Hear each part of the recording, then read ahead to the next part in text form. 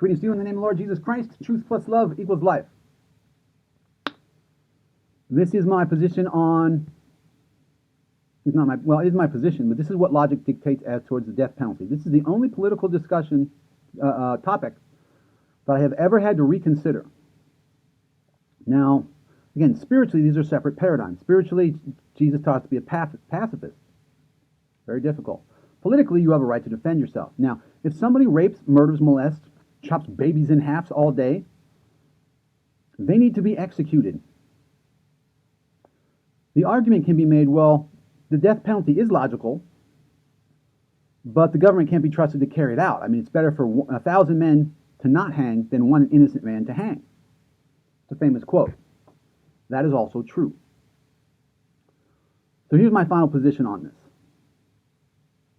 We also have to look at the issue of, if somebody's been raped, murdered, molested, whatever it is, just because someone's in jail doesn't mean there's zero chance of them never getting out.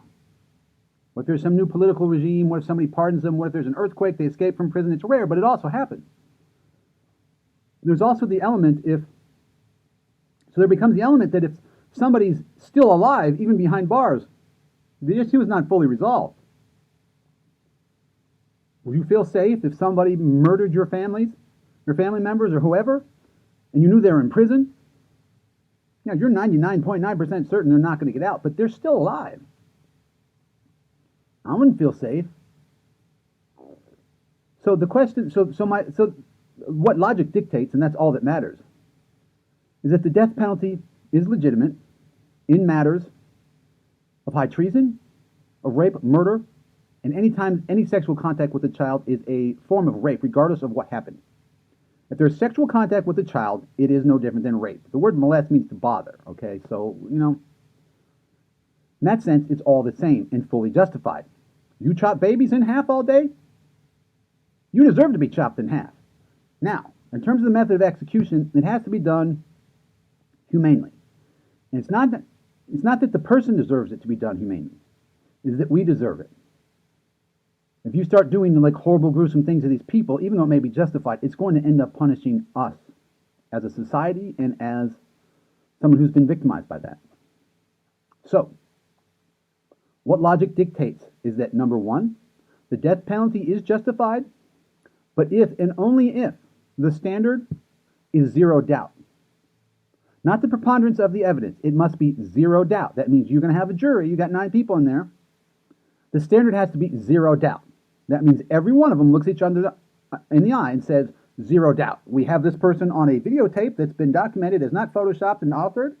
We have the smoking gun. We have the family member crime. We have the motive. We have everything. I mean, we're talking zero doubt. Sometimes you can just see, this person's there. Here's your fingerprints. This was not an Illuminati setup. This is whatever it is.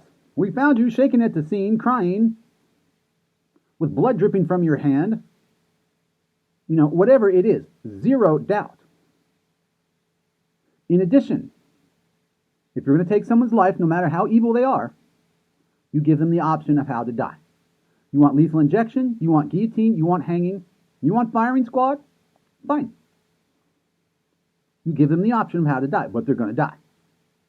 It is not only justified logically, it is the only way to, one, meet justice, and to enable people who have been that victimized by people who are that wicked to feel safe. In summary, the death penalty is appropriate according to the standards of logic, but the standard of such an extreme case of judgment must be zero doubt. Once zero doubt is there, you do not get year upon year upon year upon year upon year upon of appeals. The standard is zero doubt. You're going to die. You get to choose the method of humane execution. Logic lives in the cosmos. May reason rule humanity.